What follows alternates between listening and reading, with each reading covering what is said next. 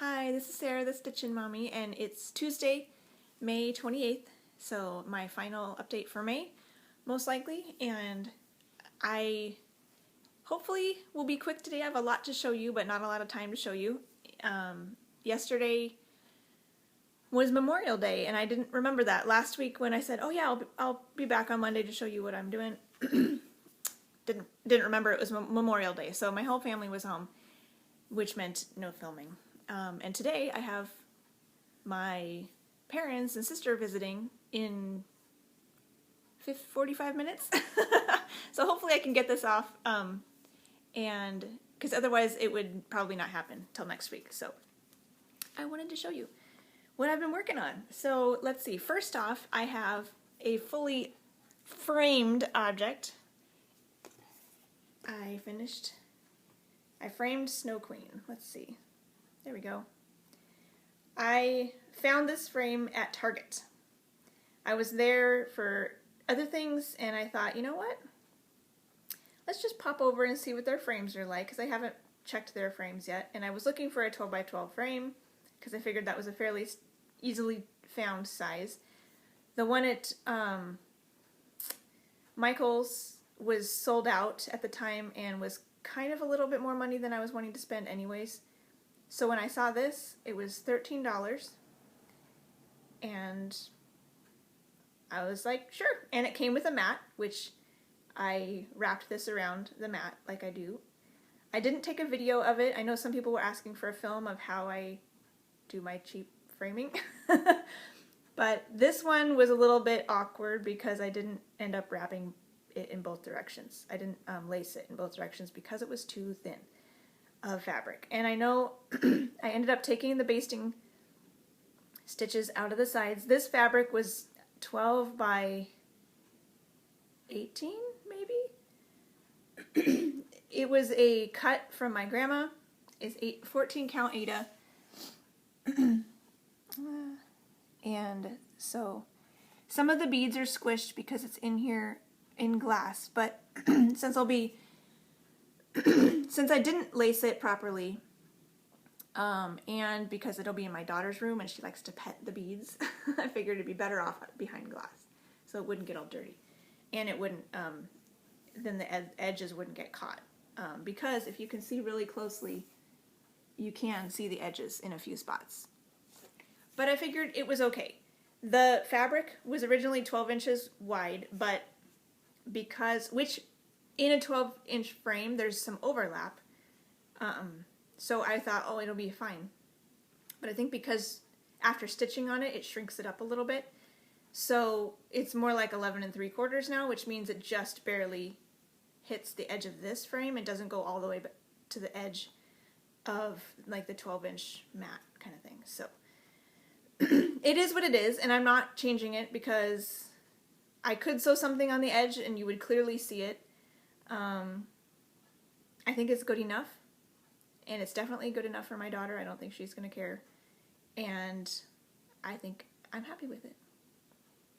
So there we are, and it just barely fits top and bottom. And it depends on, because it is a 12-inch high picture, the picture is like 11 by 12, but because there is that overlap in the frame, it does kind of overlap a little bit, and so you can kind of knock it around and see more of her dress on the bottom, but I think it's fine. I'm happy with it. So it's going to get hung up in my daughter's room now. She loves it. I had a hard time taking it back from her to film it, but there it is. And so what I've been working on. First off, I've been working on Ada the Garden Fairy, because this was my Mirabilia Mania chunk here at the end of May. So my first one was Ada the Garden Fairy, and these are all in their plastic zippies and whatnot, so it is what it is. These 3 out of 4, these didn't get a ton of progress, but there is still something to show. So this is what this looked like before. And here she is now. So I was able to work on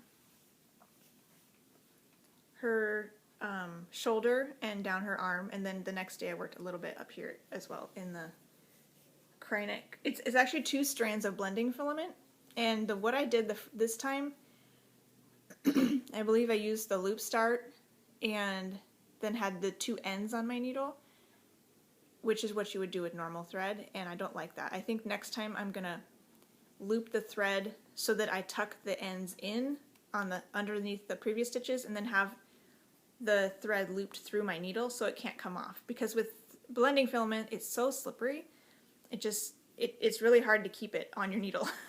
So next time I'm going to do it that way, to do the rest of this portion, you know, in this. And I think there's actually more wing on this side too, but I'll do this wing first before I head down on that wing. But anyways, on Monday I realized, last Monday, I had to talk to my sister, like right as I was thinking about getting this out, and I'm like, oh no, now I have to like figure out what I'm gonna do while I'm talking to somebody, which is always a problem if you're making your plan while you're visiting. That's like disastrous, and there's a lot of potential confetti up here, and I haven't worked on this in a little while. So I noticed this light peachy color there's a lot of it in big block. I'm like, oh perfect, I'll just do that. So that's what I did while I chit-chatted. I did like 3 strands of that, so 2 or 3. So not a lot of time on this, but I think it was still enjoyable. And I think the thing that's bothering me with this one is there is a good amount of confetti, at least here in the top, and it's hard to follow the chart and figure out where I'm at when I haven't worked on it in a while. I typically don't highlight my mirabilias, because typically there's larger chunks of color, and I don't find that I need to highlight. I usually only highlight full coverage pieces. But I did notice on Snow Queen, the one I just showed you, that there were the white areas in the tree, and maybe eventually even in the skirt, I needed to highlight, because the symbols were so similar, and it was hard to pay attention to where I was, and the floss colors were so similar. It was hard to know where I'd been. So all of these are falling. So I think on that Adia one, I might have to make a copy of the chart and start highlighting, at least on the top portion there, just so that it's a little bit easier to find my way, and then I can just hop back in and do, what I need to do. And a lot of the holes up in the top are beads and things, and so it's just tricky, knowing what I need to do. So I think that's what's slowing me down on that one. Because it is really a pretty design, so I gotta figure out a way to make that more manageable. The next one I worked on was Ashley's Roses, which again didn't see as much time as I would have liked. That's what this one looks like. And I'm working up here in the bows as well. Here's what she looked like last time.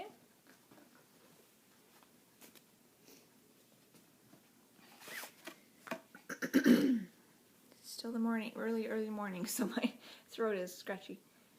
So this is where I'm at now. And I believe I filled this in more, and kind of took some of these colors over here as well. So not a ton, but every stitch counts. And her hand, I believe, is like here. So I'm only about halfway across the top. There's still a good amount of top. And a lot bigger swags even right here. So there's still a good amount to go on this one. But it is fun, and I think, again, this one has a lot of confetti up here in the top as well. Not really confetti, but some of the symbols are not necessarily similar, but they're all very light symbols, and so it's hard to distinguish them if my pattern's too far away. So that's another one that I'm just kind of plugging away, and hopefully it'll speed up when I get farther along. But progress was made. My next one was Lady of the Flag, and this one I actually got some decent progress. This one was on Friday and Saturday, and I had a good amount of time on Friday and a good amount of time on Saturday, so that worked out really nice.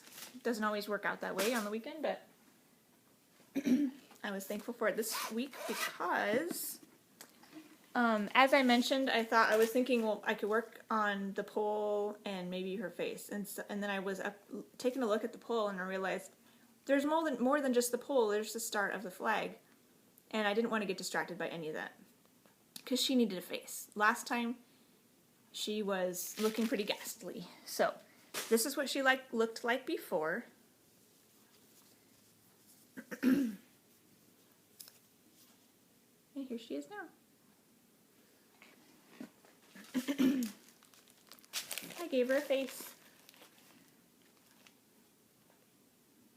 So there she is. I got her face done and backstitched and started her hair. There's a little bit more skin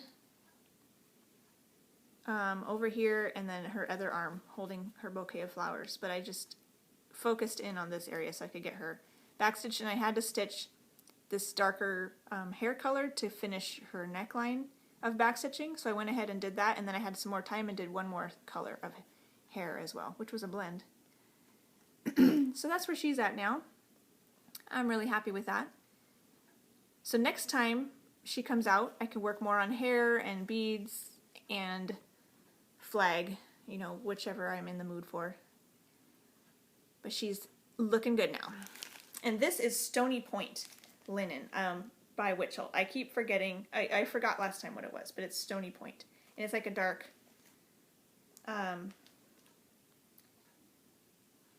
olive green, I guess. It's not really olive, but it's a dark gray green. Sorry, yeah, it's a dark gray green, Stony Point. Oh, and because it's so stiff, this Witchell linen, it would, like most other fabrics, when I roll them up, they kind of remember their roll, and if I let go, they don't completely unroll themselves and loosen. But this stuff is so stiff, it does that. You set it out, and it does that little spinny thing where the roll is just really loose, and then I try to hold it again, and I can't, have to re-tighten it to make it fit well in my hand. So what I did with this one is I just got some plastic covered paper clips and rolled my roll tight to far enough down that I'll probably still roll it up to get to where I need to be, but it's not like, it gave me enough room to flex if I wanted to go farther down, you know. So that's what I did with that one recently, on this time around, because that was really bothering me. Every time I set it down to change my floss or switch my floss tube video from all the tiny little videos from Mania that I'm in the middle of watching, I'd have to like re-roll my fabric, and so that was getting annoying. I'm like, oh, I need to fix this. So that's what I did to do that. Then my last one I worked on was Stargazer, and got some progress on this, but not as much as I would have liked. I was hoping to finish this upper portion of her jacket and didn't quite get that done. But got some of it done, so here's what she looked like before.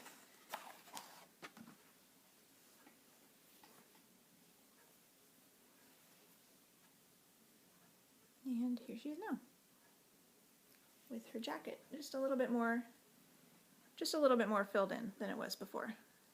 So there's still some holes in here, so hopefully I'll get that finished, and next time she comes out. So there she is. This is on 32 count MCG textiles in white linen that I hand dyed with denim rit, I think, double dyed, and I think it turned out really nice. And these beads really pop and sparkle, so I'm really happy with that. And it's my conversion of her clothes as well, so, and hair, pretty much everything.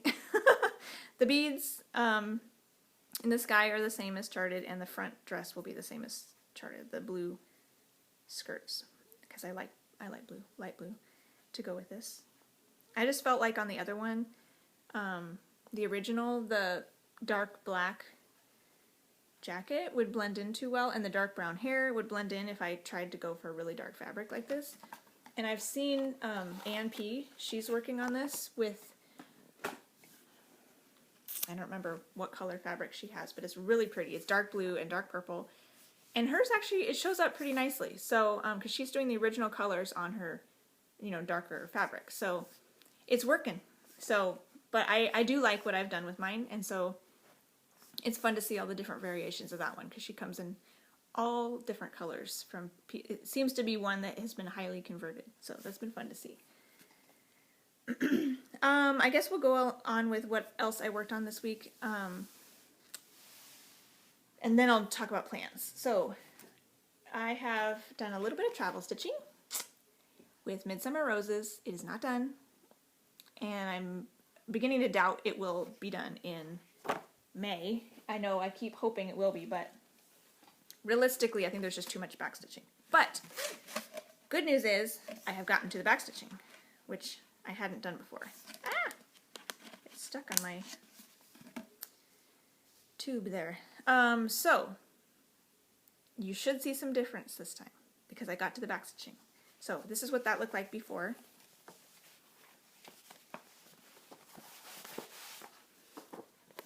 And here it is now. So hopefully you can see a little bit of difference. Yeah, this is the area I finished the white, and then I was able to finish all these branches. Those were done. These branches and these I started in on some green. There's some what do you call it? Grass right there, and I started in on this backstitching on the green. So what I decided to do is to kind of layer the backstitching naturally. So I did the rest of this board backstitching first because that's in the very background. So the boards have been outlined. And then I did the sticks. And then now I'm going to do the leaves. These leaves were already done like 20 years ago.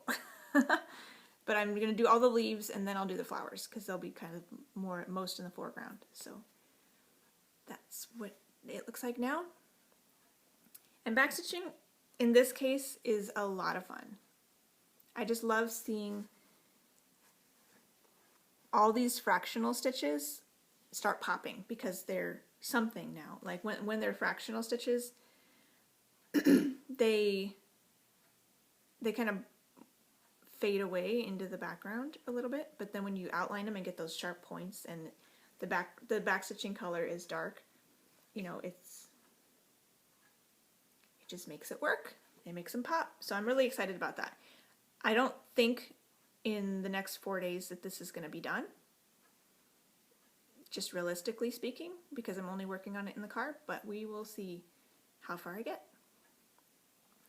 Because there is green, there's actually one more shade of brown. There's this color right here and right here. It's like a really light brown. I think there's some of that right here too, a little sprig of that. But other than that, there's all the leaves need to be backstitched, and then there's 3 colors of backstitching in the flowers. The dark flowers have their own color, yellow has their own color, and pink has its own color. So there's 4 different colors left. And you see the like here's a good example of all the fractionals that will eventually be covered with backstitching. It's a good amount of it. So anyways, it'll be fun, but it'll be time consuming. So we'll see. Maybe it'll go faster than I expect, but I'm trying to be realistic. There's just more to do than there is time in the day. I have been working on my temperature pieces and did not work on it yesterday because I really wanted to keep working on Stargazer. So I forget what I was supposed to do yesterday. Maybe my quilt. So that's probably a little bit behind. But I got behind in midweek because some of those ones I didn't get a lot of time on, my Mirabilias, I really wanted to work on, and so I didn't work on these. And I was mentally thinking, man, I'm not going to have anything to show next week on these temperature pieces, but I really want to get my Mirabilias worked on too. And then the Friday and Saturday that I had lots of time, I got caught up on these pieces and was able to work on Lady of the Flag. So it worked out. So I'm not too far behind, just a little bit. This is what this looked like last time. And here it is now. I had a little bit of extra time to keep working down on sashing at one point, So this is, could have two more blocks in here that I should have done yesterday and didn't, but it's looking good, plugging away. Still very cool, although I hear talk that it might get back up into the 80s pretty soon, so. Because so far, according to my temperature garden, or temperature patterns, April was warmer than May, which is kind of backwards, so that's it. It's been a weird year. Let's see, and my balloons look like, the mock-up looks like this. I'm getting close to the end of this balloon. I've got a couple more I can do on here today. This is what that looked like last time. And here it is now. And I was able to finish this cloud. So that cloud is finished. And I started this cloud with the rest of my string that I was working on. And if you see here, we did get down to the 50s again. and now we're in the bottom row of this balloon. I counted wrong somewhere. No, I didn't. I didn't count wrong to get to the flag, get to the cloud, but when I did this top row, there should be 9 stitches in there, and I only did 8. So then when I came down here, I just did 2 more of the 8 that I had counted originally, and so then this over here ended up being too far this way. So when I come back down with a new string, I'm just going to tack on a couple at the end. And it's a cloud, it's not really a big deal, but I want it to be close. I want it to be matching, touching, because it will touch the basket, I think, down here. So I want it to touch in the same way that I had charted it to touch. So I didn't want to have to take like so many rows out, because I'm going down and back and down and back. So when I'd come down and then back, then I noticed the change, and it's 28 count over 1. I didn't want to take it out. And it's a cloud, so it's not really a big deal. So it'll be slightly different than charted, but that's okay. It will be what it will be, and it will look fine. So that's that one. So going forward, I'm going to work on a couple more mirabilias. Today and tomorrow is going to be my rotation on Villa Mirabilia, and she's gorgeous. I think I'll probably work up here in the pot just because I want to get it done. And I like to work from the top down. I've already got a good amount of her finished, but I want to get this done. And a lot of this pot is not stitched. The shadow is stitched and the outline and these stripes, but in here is just fabric. So the bulk of this is the green and the shadow is what I'll need to stitch. So I want to get a good start on that. And my sister's coming today. I do have some Etsy work I need to work on, but hopefully I'll get some time to stitch while we're visiting and can kind of get a good start on this today. So this is what she looks like now. This is on a half yard. She's huge.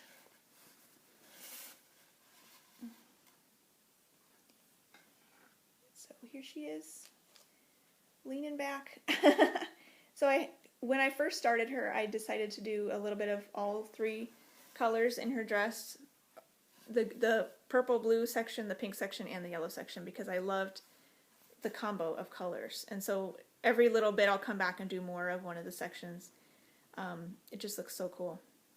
And then a little while ago, I came back and did some beading up here. So her head area, I believe, is done now, and she's got some beads on her shoulders here too. This part had been done a while back, but then I counted up to the arch and did the arch recently, last year I think. So now I want to come back in and start filling in this bush and get that more complete. So that's what I will be working on today and tomorrow. There she is.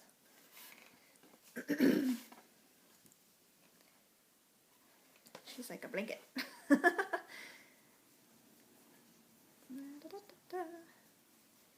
roll her back up.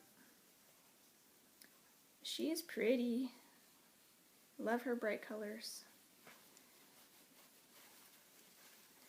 And she's on, these are all on 32 count linen. This one's like a willow green, maybe, something like that. A light green. Okay. And then my last one that I'll work on the 30th and 31st will be Winter Queen. And it's my current seasonal queen on the go. So here is what she looks like now. Just a little start. That's her, all of her. Started in the middle and worked my way up, so her body area looks pretty weird with some like white stitches and blue stitches. But I focused in on her head last time, so that's what I'll do this time too. I'm going to work on her hair and crown and try to get that more filled in. Who knows, maybe I'll even do some beading. We'll see how far I get on that. So it'll be fun to see her head done, and then I can start working down and make her body look more real. She does look pretty silly right now on her body. Her face looks awesome. So this is just on white MCG Textiles linen, which is what my other seasonal queens are on. And I realized I had 32 count oyster linen in there, white and oyster. And oyster is close to white. It's a little bit off, but it's not quite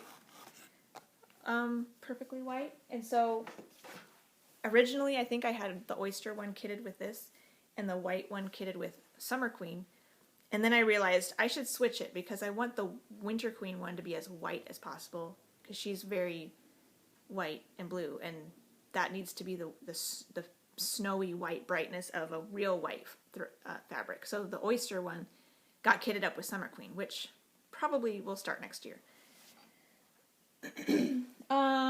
And then it will be June, and so going into June, I will go back to doing my like daily family pieces. Some of them will get more than one day; they'll get two. A few of them will still get just one day, and then I went through and picked out. I just did this Saturday, maybe Saturday or Sunday. I just went through and looked through my whip list and figured out what was calling to me. And there was already one I knew was calling to me, but then I looked through and figured out what might work in the different spots. And I know there's room for 4 rotations of 4 days and 1 rotation of 5 days, in addition to the family pieces that I'm working on. So that's what I'm going to do. And I'll show you those throughout the month as we get to them. I'll probably try to show you some things slightly ahead of time because we're heading into crazy busy end of the year stuff with the school year and then into summer. So filming may not be consistently every week, but it will be as frequent as I can do it. So this time I will show you what I hope to work on the first. This is my Simpsons piece that I worked on. I'm working on for my husband. It's a surprise, and I finally got it all the way recharted in my pattern software, and I think I might have finished that in April. I just had never got a chance to show you. Did I ever print a cover photo? Oh, you know what? This is my old one. Yep. This is the old one. And then this is the new one. And this is the actual mock-up of the stitches. This is just a copy of the picture. They didn't give you a mock-up before. This is the mock-up in toner save mode of the actual, what the actual design will look like. So that's what it's going to be. And mine is on 40 count, 1/1 half stitches. So I believe some of the pixelation you see will be less noticeable because this is an 8x11 paper, but I think mine's going to be even smaller than that. But if you'll notice, this is why I was recharting it. I'll show you a little bit.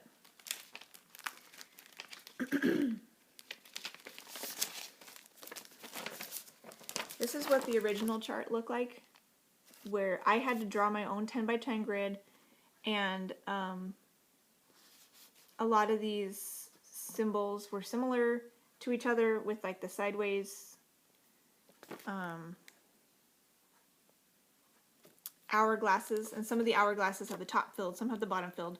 The ink was smudging, and so sometimes if you have the ones that are filled on one side and not the other, you couldn't tell which is which because they were smudging and the whole thing was going away. I'm like, okay, this has to stop. So I recharted it in my software, and so it's, let me get a good spot here.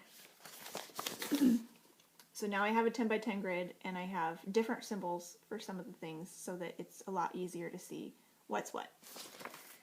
Okay, so I'm really happy about that. I got everything reprinted and ready to go. It's a Saturday though, which means my husband's going to be home, and this is a secret. So hopefully I'll get time to work on it that day. Time will tell. This is what this looks like now. As I said, it's on 40 count Vertil even weave, 1/1. And this is where I'm at now. I'm working on the yellow in their hands, and I may, if I get time, I might go try to outline some of Marge too. So see, this is a standard size paper, and this is what the size of my finished design will be, even smaller than that. So pretty cute. And I wanted I have another one on 40 count actually, a Heaven and Earth designs, but it's fun to, I think doing the Heaven and Earth designs convinced me that I could change and do this on 40 count. I think I had it originally on 32 and I didn't like it. I was never working on it. So once I switched it to 40, it's actually been a lot of fun. So that's that. Hopefully I'll get a chance to work on that. And then the second is my son's piece. I'm working on this touchdown one with a Broncos and Raiders conversion. So this is where that's at right now. What is that? Oh, that must be my the balloons. This is where this is. This is 2/2 on 28 count, so it's a lot bigger. And I am working down here in Charles Woodson, working on his jersey. So there's that. Get the blue fabric to show. So hopefully that's on a Sunday, and my son knows I'm working on this, so this one hopefully will be easier to make time for. So, and then I should come back next Monday to show you what I'm going to work on starting that day, but just in case I don't, just in case something comes up, this is my first miscellaneous piece that I decided to start working on. It's High Hopes by Jess Nan. It's this cute little kitty looking in the garden. This was my New Year's Eve new start on December 31st. And so it's got very little started and it needed some love. So here we go. This is on a little piece of linen. I think it's some of the dark green. This might be willow green. Some of the dark green linen I just got recently when Needlework Plus went out of business. I cut a little piece off of that. So just a tiny little green start in the middle. So hopefully I'll give this 4 days. So I've got the little bird charm in here that's kind of, let me put this in the back so that it's not. Hopefully after 4 days you'll see a little bit more substance. And I bought some, since I worked on this, I've bought some pearl cotton because the picket fence is actually stitched with pearl cotton. So I'm actually kind of excited to see how that goes. So maybe we'll get some of the fence going and some more of the things. I'll probably work my way up if I can. I might do some of the fence, but I also might take this, one of these sides up because I do like working from the top down, especially since I work in hand with my roll. I like to hold the finished stitches as little as possible, and working from the top down helps me do that. So in case I don't see you Monday, I hope to come back on Monday, but in case I don't see you on Monday, this is what I should be starting to work on Monday, and I'll give that 4 days.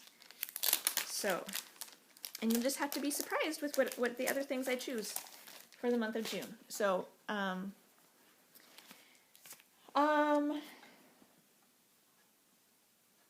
I think that's everything. I finished bobbinating all my extra flosses. So here's my silks that I got in here. All of these are Redfish Dye Works that I bought in person at a fiber show. And these two are Silks for You that I got from Rita Marie. This is the Silken Colors. These are all dinky dyes. I think I got from A&P. And these are water lilies that I got from Trisha at 3 Owl Threads for stitchy wishes that were granted. And I noticed when I was bobbinating these, they're all B's and C's. So I'm wondering if she maybe gave me the few that were part of the nest egg, because I think she does alphabetical nest eggs, and she probably had some of these, and thought she could give me that month's nest egg along with my stitchy wishes. So I'm kind of guessing that's what she did, but they're really pretty, so very fun. I do have a few other silks that are kitted up with my chatelaine and my Victoria Sampler design, but those with fancy floss, I don't want to work from a master set with fancy floss because I would be nervous that I would run out of a particular, skein and then it would change, and so have to buy more. So fancy floss, I tend to stick with my projects. So those are just the silks that are not currently slotted for a particular project. And with that, I will leave you and hopefully get this edited and uploaded before too long. I will have company today, so I'm not sure if I'll get to that right away or if it will have to wait till tonight or tomorrow, but I got it filmed. Woohoo! So have a wonderful rest of your May, and I hope to see you in June, and happy stitching. Bye.